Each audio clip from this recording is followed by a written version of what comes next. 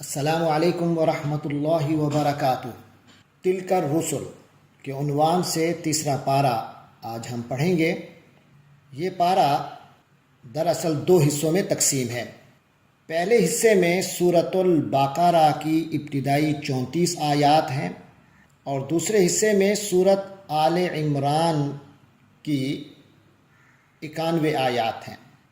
تو سورۃ البقرہ کی آخری 34 اور آل عمران کی ابتدائی 91 آیات پر مشتمل یہ پارہ مجموعی طور پر 125 آیات پر مشتمل ہے۔ یہ کل 17 رکوعوں پر مشتمل ہے۔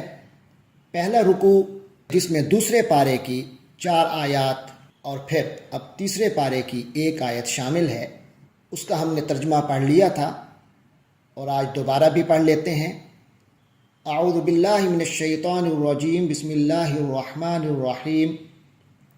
تلک الرسل فضلنا بعضهم علی بعض منہم من کلم اللہ ورفع بعضهم درجات وآتینا عیسی ابن مریم البینات وأیدناہ بروح القدس ولو شاء اللہ ما اقتتل الذین من بعدهم من بعد ما جاءتهم البینات ولكن اختلفوا فمنهم من آمن ومنهم من كفر ولو شاء اللہ ما اقتتلوا ولكن اللہ يفعل ما يريد۔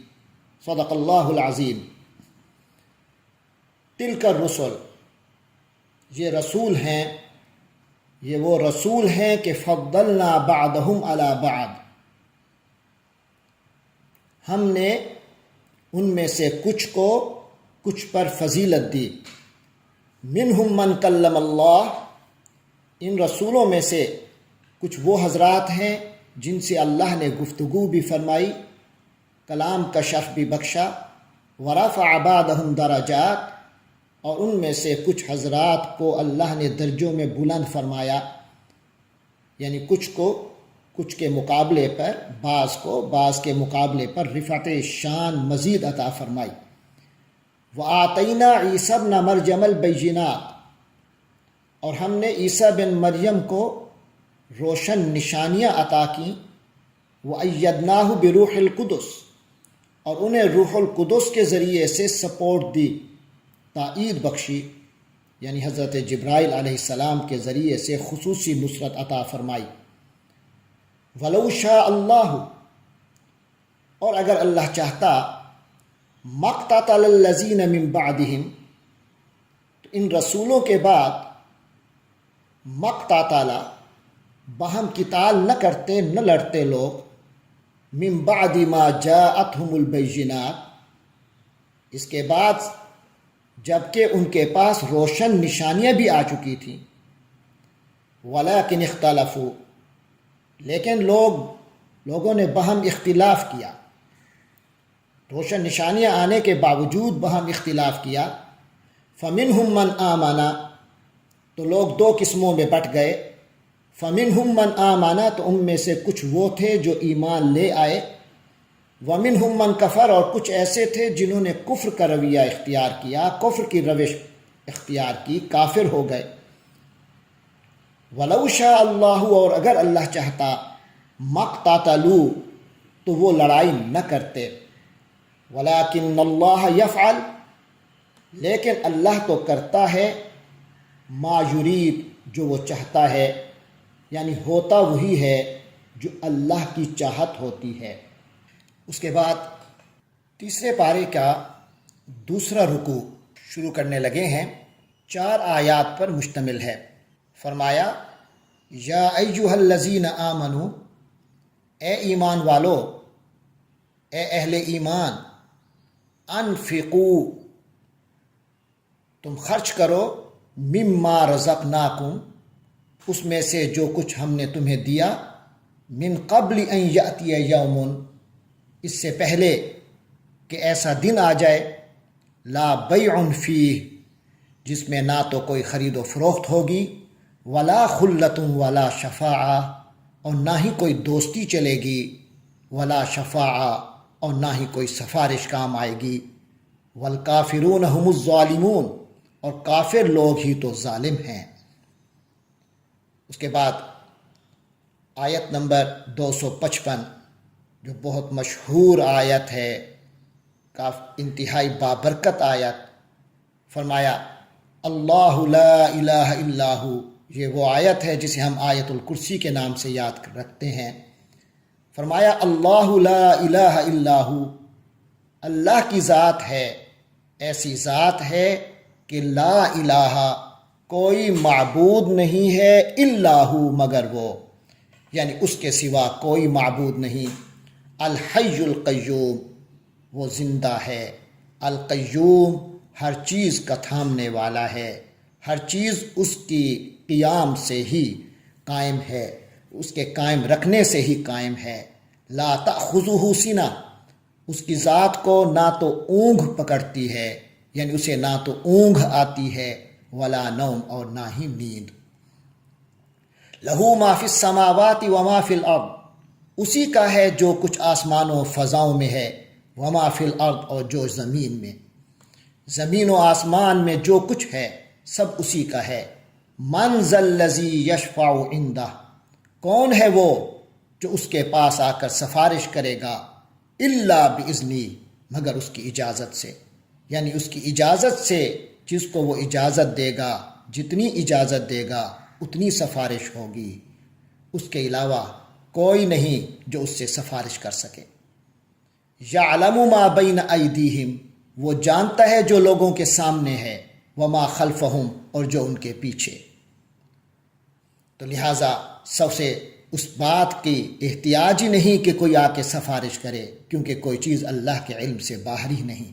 ہاں، جن کو اللہ تبارک و تعالی سفارش کی اجازت دیں گے وہ ان کی عزت افزائی کے لیے ہوگا، نہ کہ اس وجہ سے کہ اللہ کے علم میں وہ کوئی اضافہ کر پائیں۔ فرمایا وہ کیسے ہو سکتا ہے؟ ولا یحیطون بشیء من علمہ، وہ تو اللہ کے علم میں سے کسی چیز کا احاطہ نہیں کر سکتے، الا بما شاء، مگر وہی کچھ ہوگا جو اللہ نے چاہا۔ واسع، یعنی ان کو اتنا ہی علم دیا جاتا ہے جتنا اللہ کی چاہت ہوتی ہے۔ واسع کرسیہ السماوات والارض، اور اس کی کرسی وسیع ہے، کشادہ ہے، السماوات والارض، آسمانوں اور زمین کے لیے، آسمان اور زمین کو اس میں سمو جاتے ہیں۔ ولا یعودہ حفظہما، اور ان دونوں کی حفاظت نہیں تھکاتی اسے، وہو العلی العظیم، اور وہ بلند ذات ہے، عظمت والی ذات ہے۔ لا اکراہ فی الدین، دین میں کوئی جبر نہیں ہے، یعنی ایسا کوئی جبر نہیں کہ کسی کو ہر حال میں دین اسلام میں داخل کیا جائے، جبراً کسی کو دین میں داخل کیا جائے، اس معاملے میں دین میں کوئی جبر نہیں ہے۔ کیوں؟ کیونکہ قد تبین الرشد، ہدایت واضح ہو چکی، من الغی، گمراہی کے مقابلے پر، گمراہی کے مقابلے پر ہدایت واضح ہو چکی ہے۔ فمن یکفر بالطاغوت، تو جو کوئی بھی طاغوت کا انکار کرے، ویؤمن باللہ، اور اللہ پر ایمان لے آئے، فقد استمسک بالعروۃ الوثقی، تو ایسے شخص نے مضبوط کڑا تھام لیا، لا انفصام لہا، ایسا کڑا کہ اس میں کوئی ٹوٹنے کی گنجائش نہیں ہے۔ واللہ سمیع علیم، اور اللہ تعالیٰ سننے والا، جاننے والا ہے۔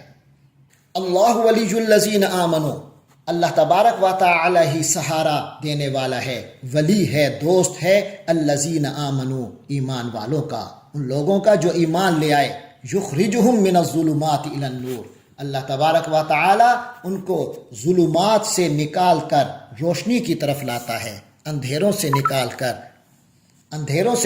کر انہیں روشنی کی طرف لاتا ہے۔ والذین کفروا، اور جن لوگوں نے کفر کیا، اولیاءہم الطاغوت، ان کے جو ولی ہیں، ان کے جو سہارے ہیں، وہ طاغوت پر ہوتے ہیں، یخرجونہم، جو ان کو نکال دیتے ہیں، من النور، روشنی سے، الی الظلمات، اندھیروں کی طرف۔ اولئک اصحاب النار، تو ایسے لوگ تو جہنم والے ہیں، ہم فیہا خالدون، وہ اس میں ہمیشہ ہمیشہ رہیں گے۔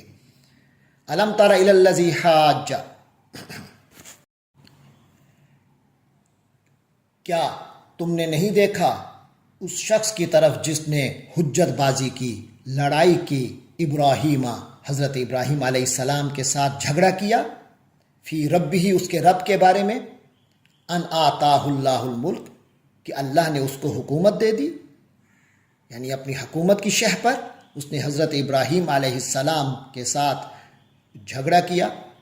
اذ قال ابراہیم، جب حضرت ابراہیم نے فرمایا ربی الذی یحیی و یمیت، تو یعنی اس نے جب پوچھا کہ تمہارا رب کون ہے، تو حضرت ابراہیم علیہ السلام نے تعارف کروایا کہ ربی الذی یحیی و یمیت، میرا رب وہ ہے جو زندگی عطا فرماتا ہے اور زندگی کو سلب کر لیتا ہے، موت دیتا ہے، موت و حیات جس کے ہاتھ میں ہے وہی میرا رب ہے۔ قال، تو وہ تو روایات میں یہی ملتا ہے کہ یہ نمرود تھا۔ قال، اس نے کہا انا احیی و امید، میں زندگی دیتا ہوں اور میں موت دیتا ہوں۔ قال ابراہیم، حضرت ابراہیم نے فرمایا فإن اللہ یأتی بالشمس، بے شک اللہ تبارک و تعالی جو ہے وہ سورج کو لے آتا ہے، من المشرق، مشرق سے، اللہ سورج کو مشرق سے نکالتا ہے، فأت بہا من المغرب، تو آپ اسے مغرب سے نکال دو۔ فبہت الذی کفر، تو مبہوت ہو گیا وہ جس نے کفر کیا۔ واللہ لا یہدی القوم الظالمین، اور اللہ تبارک و تعالی ظالم لوگوں کو ہدایت نہیں دیتا۔ اب اس کے بعد آیت نمبر 259 اور 260 میں دو ایسے واقعوں کا ذکر ہو رہا ہے جس میں اللہ تبارک و تعالی نے دو اپنے خاص بندوں کو اس بات کا مشاہدہ کروایا کہ کس طرح اللہ تبارک و تعالی مردوں کو زندہ کرتا ہے۔ پہلا واقعہ یہ ہے، فرمایا او کالذی، یا اس شخص کی طرح، مر علی قریہ، جو ایک بستی، جس کا ایک بستی سے گزر ہوا، وہی خاویۃ، اور وہ خالی تھی، برباد ہو چکی تھی، علی عروشہا، اپنی چھتوں پر، یعنی چھتوں سمیت زمین دوز ہو چکی تھی، وہاں کی ساری آبادی مر چکی تھی اور وہاں کی عمارتیں ملیہ میٹ ہو چکی تھیں، مکانات چھتوں سمیت گر کر مٹی میں مل گئے تھے۔ تو اس تباہ و برباد بستی سے جب ان صاحب کا گزر ہوا تو بعض روایات سے یہ پتہ چلتا ہے کہ وہ حضرت عزیر علیہ السلام تھے، اور یہ جو بستی ہے جو بالکل برباد ہو چکی تھی، یہ غالباً بیت المقدس کی بستی ہے، جہاں بخت نصر کے حملے کے بعد بالکل معاملہ ملیہ میٹ ہو چکا تھا۔ تو بہرحال وہ صاحب جب وہاں سے گزرے، قال، عرض کی، انا، کس طریقے سے، یحیی، زندہ کرے گا، حاضی، اس بستی کو، اللہ تعالی۔ یہ خدا نخواستہ کوئی شک نہیں تھا بلکہ ایک اظہار تعجب تھا۔ انا یحیی حاضی اللہ، کس طرح اللہ تبارک و تعالی اس بستی کو زندہ کرے گا، بعد موتہا، اس کے مر جانے کے بعد، اس طرح مردہ و برباد ہونے کے بعد۔ فاماتہ اللہ 100 عام، تو اللہ تبارک و تعالی نے ان صاحب کو 100 عام، 100 سال کے لیے موت دے دی، ثم بعثہ، پھر اس کو زندہ کیا۔ قال کم لبثت، تو اللہ نے فرمایا کہ کتنا ٹھہرے تم یہاں، کتنا ٹھہرے؟ قال لبثت یوما، تو وہ صاحب بولے لبثت یوما، میں ایک دن رہا، او بعد یوم، یا دن کا بھی کچھ حصہ۔ قال، اللہ تبارک و تعالی نے فرمایا بل لبثت 100 عام، بلکہ آپ 100 سال ٹھہرے ہو۔ فانظر الی طعامک، دیکھ لیجئے اپنے کھانے کو، یعنی وہ کھانا، و شرابک، اور پینے کی چیز، وہ جو کھانے پینے کی چیزیں آپ اپنے ہمراہ لائے تھے اس سفر میں، تو ان کو دیکھیے۔ لم یتسنہ، لم یتسنہ یعنی سنین کا، سالوں کا اثر اس پر نظر نہیں آتا، اس میں بساند پیدا نہیں ہوئی، کوئی پھپھوندی نہیں پڑی۔ وانظر الی حمارک، اور اب توجہ کرو اپنے گدھے کی طرف۔ وَلِنَجْعَلَكَ آیَةً لِلنَّاسِ، یعنی گدھے کو دیکھو ہم اس کو کس طرح زندہ کرتے ہیں۔ وَلِنَجْعَلَكَ آیَةً لِلنَّاسِ، اور ہم آپ کو بنا دیں گے لوگوں کے لیے نشانی۔ وَانظُرْ إِلَى الْعِظَامِ، اور ہڈیوں کی طرف دیکھو، کیف ننشزها، کس طرح ہم اس کو کیف ننشزها، کس طرح ہم انہیں اٹھاتے ہیں. ثم نکسوہا لحما، پھر آپ کی نگاہوں کے سامنے نکسوہا ہم اس کو پہناتے ہیں لحمن گوشت. فلما تبین لہو، پھر جب اس کے لیے واضح ہو گیا، سب کچھ سامنے دکھا دیا گیا. قال اعلم، انہوں نے عرض کی اعلم، میں جانتا ہوں، مجھے اس بات کا علم ہے، مجھے یقین ہے، ان اللہ علی کل شیء قدیر، یقیناً اللہ تبارک و تعالی ہر چیز پر قدرت رکھنے والا ہے. اللہ تبارک و تعالی کو ہر چیز پر مکمل قدرت حاصل ہے. وَإِذْ قَالَ إِبْرَاهِيمُ رَبِّ أَرِنِي كَيْفَ تُحْيِي الْمَوْتَى. اب اس دوسری آیت میں حضرت ابراہیم علیہ السلام کے بارے میں آ رہا ہے کہ وَإِذْ قَالَ إِبْرَاهِيمُ، اور جب ابراہیم نے کہا رَبِّ أَرِنِي، اے میرے پروردگار مجھے دکھلائیے، کیف تحیی الموتیٰ، کس طرح آپ مردوں کو زندہ فرماتے ہیں. قال، اللہ تعالیٰ نے فرمایا اولم تؤمن، تو کیا آپ کا ایمان نہیں ہے. قال بلا، آپ نے عرض کی نہیں، بلکہ ایسا نہیں، بلکہ ولیکن، لیکن یہ سب اس لیے عرض کی کہ لیطمئن قلبی، مجھے اطمینان قلب حاصل ہو جائے. قال، اللہ نے فرمایا فخذ اربعۃ من الطیر، تو آپ 4 پرندے پکڑ لیجئے. فصرہن الیک، تو ان کو اپنے سے مانوس کیجئے. ثم اجعل علی کل جبل، پھر کر دیجئے علی کل جبل، ہر پہاڑ پر، منہن، ان پرندوں کے گوشت میں سے، جزءاً، ایک حصہ. ثم ادعہن، پھر ان کو بلائیے، یأتینک سعیا، وہ آپ کی طرف دوڑ کر آئیں گے.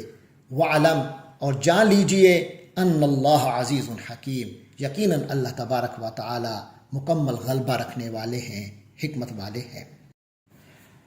تیسرے